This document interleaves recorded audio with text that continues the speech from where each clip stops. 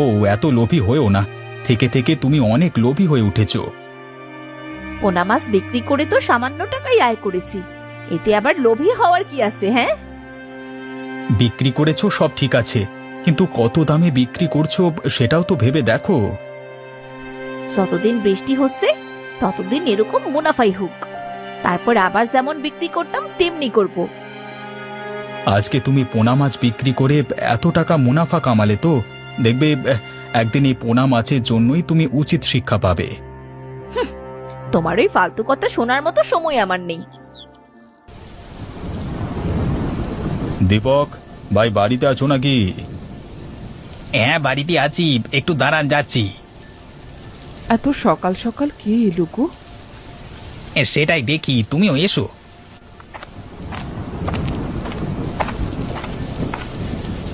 আরে তমাল বাবু যে, আমার বাড়িতে কি মনে করে? কেন কেন, আমি কি আসতে পারি না নাকি? আরে না না, সেটা নয়, আমি